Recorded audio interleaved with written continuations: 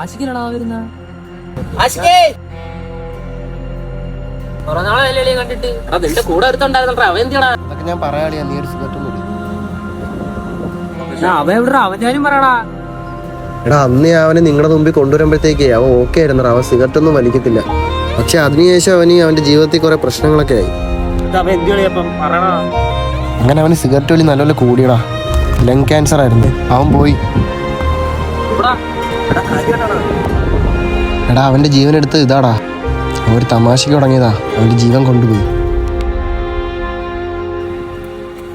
ഇങ്ങനെ പോവുകയാണെങ്കിൽ ഇതേ അവസ്ഥ വരൂടാ നമുക്ക്. ഈ ഒരു സാധനം നമ്മൾ ഇനി കൈ കൊണ്ടുപോലും തോട്ടരുത്.